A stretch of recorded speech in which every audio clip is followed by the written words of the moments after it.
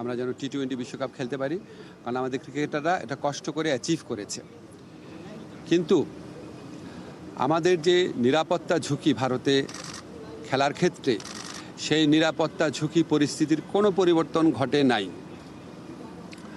আমাদের যে নিরাপত্তা ঝুঁকির যে আশঙ্কা তৈরি হয়েছে, এটা কোনো বায়বীয় বিশ্লেষণ বা ধারণা থেকে হয় নাই।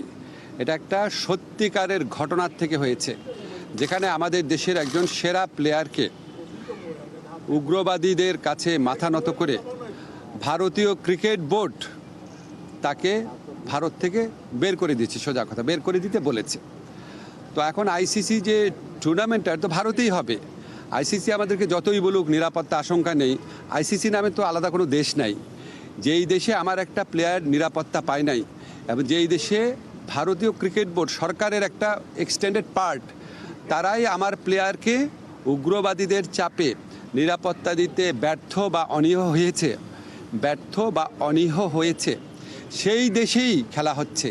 সেই দেশের পুলিশ, সেই দেশের সিকিউরিটি এজেন্সিরই দায়িত্ব হবে ক্রিকেটারদেরকে নিরাপত্তা দেওয়া। তো আমরা তাহলে ওই ঘটনার পরে কি এমন চেঞ্জ হয়েছে ভারতের, যে আমরা ভাবতে পারবো যে ভারতে আবার কোনো উগ্রবাদী আস্ফালন হবে না, এবং ভারত আমাদেরকে মুস্তাফিজকে নিরাপত্তা দিতে পারে নাই। তো কি হয়েছে, আমাদের ক্রিকেটারদের, আমাদের সাংবাদিকদের, আমাদের দর্শকদের সবাইকে নিরাপত্তা দিতে পারবে? এটা আমরা কিসের থেকে কনভিন্সড হব? আমাদেরকে এই বিষয়ে কনভিন্স করার জন্য আইসিসি কোনো চেষ্টা করে নাই। আইসিসি আসল যে ইনসিডেন্ট, সেটাকে বাদ দিয়ে তার স্ট্যান্ডার্ড যে সিকিউরিটি প্রসিডিউর, সেগুলো নিয়ে আলোচনা করেছে। যেখান থেকে গ্রিভান্সটা, সেই ঘটনা নিয়ে আইসিসি কোনো স্ট্যান্ড নেয় নাই ঠিক মতো। এমনকি ভারত সরকারের পক্ষ থেকে যে আমাদের কনভিন্স করানোর চেষ্টা করা যে যেই ঘটনাটা ঘটেছে মুস্তাফিজের ক্ষেত্রে এটা একটা আইসোলেটেড ঘটনা, বা আমরা এটার জন্য সরি, আমরা এই ব্যবস্থা নিচ্ছি, তোমাদের দর্শক, তোমাদের সাংবাদিক, তোমাদের খেলোয়াড়দের জন্য কোনো রকম যোগাযোগের চেষ্টা করে নাই, কোনো রকম কনভিন্স করার চেষ্টা করে নাই। ফলে আমাদের ডিসিশন পরিবর্তন হওয়ার কোনো রকম স্কোপ নাই। আমরা এখনও আশা করব, আমরা মনে করি আমরা আইসিসি থেকে সুবিচার পাই নাই, আমরা এখনও আশা করব আইসিসি সুবিচার করবে। আমাদের যে বিশ্বকাপ খেলার যে অধিকার, যেটা শ্রীলঙ্কাতে আমাদের খেলার সুযোগ রয়েছে, এরকম বহু নজির পৃথিবীতে আছে যে অন্য একটা ভেন্যুতে সিকিউরিটি রিস্কের কারণে খেলা হচ্ছে। আমাদের এখানে জেনুইন সিকিউরিটি রিস্ক আছে। আমরা এখনও আশা ছাড়ি নাই। আমরা আশা করব আইসিসি আমাদের জেনুইন সিকিউরিটি রিস্কটা সুবিবেচনার সাথে নিয়ে আমাদেরকে শ্রীলঙ্কায় খেলার সুযোগ করে দেবে বিশ্বকাপ।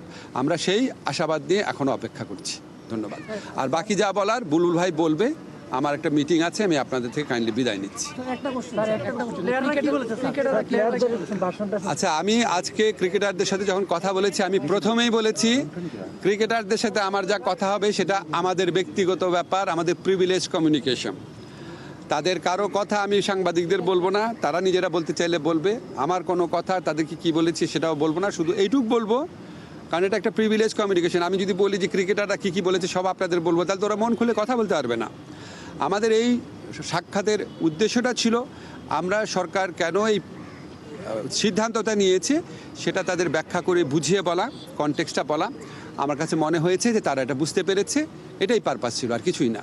আর তারা কি বলেছে সেটা বলার অধিকার আমার নাই। স্যার, একটা বিশ্বকাপ না খেলতে পারলে ক্রিকেটারদের যেমন ক্ষতি হবে, বোর্ডের ক্ষতি হবে, পুরো বাংলাদেশের ক্ষতি হবে, কারণ দর্শক বলি, আমরা রেভিনিউর কথা বলি। বিশ্বকাপ খেললে বাংলাদেশে কি ক্ষতি হবে সেটাও আপনাদের বিবেচনা নেওয়া উচিত। মাথা নত করে নিজের দেশের মানুষকে সিকিউরিটি রিস্কের মধ্যে ফেলে এই আঞ্চলিক রাজনৈতিক পরিস্থিতি বিবেচনা না করে একটা জেনুইন রিস্কের মধ্যে নিজের দেশের শুধু খেলোয়াড় না, দর্শক এবং সাংবাদিকদেরকে ঠেলে দিলে কি ক্ষতি হতে পারে সেটাও আপনাদের সবার বিবেচনা নেওয়া উচিত।